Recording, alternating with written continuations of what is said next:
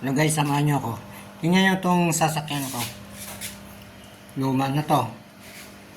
Tingnan nyo. Ito. 30 years na to. 30 years.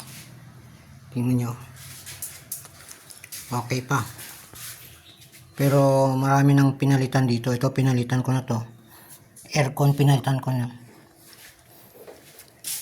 Timing chain pinalitan ko na din. Ito okay to. Ito okay to. Okay to. Okay. Matipid sa gas. 30 years na yan. So tingnan nyo.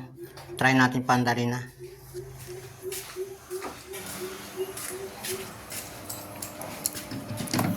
Ito yung loob niya guys. Ito. Classic na classic yan.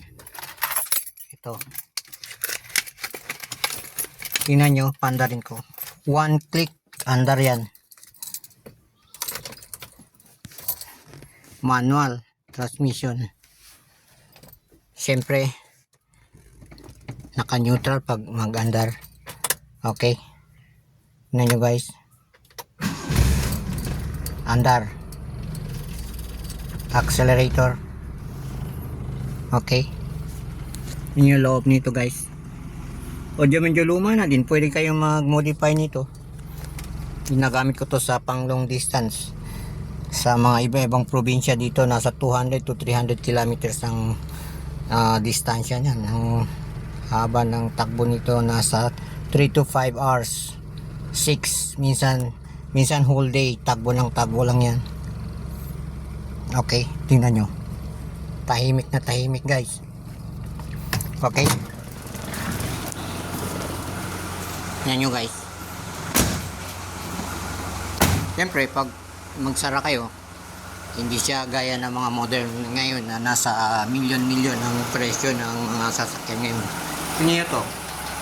Updated.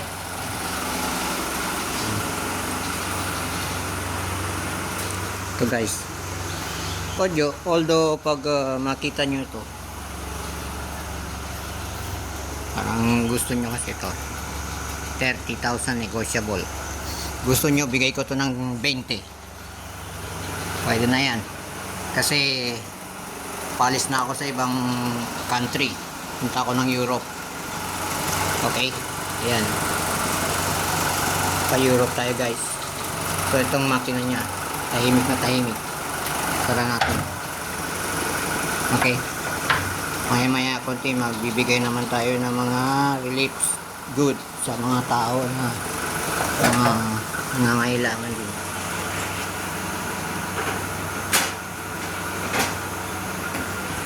Sarado natin.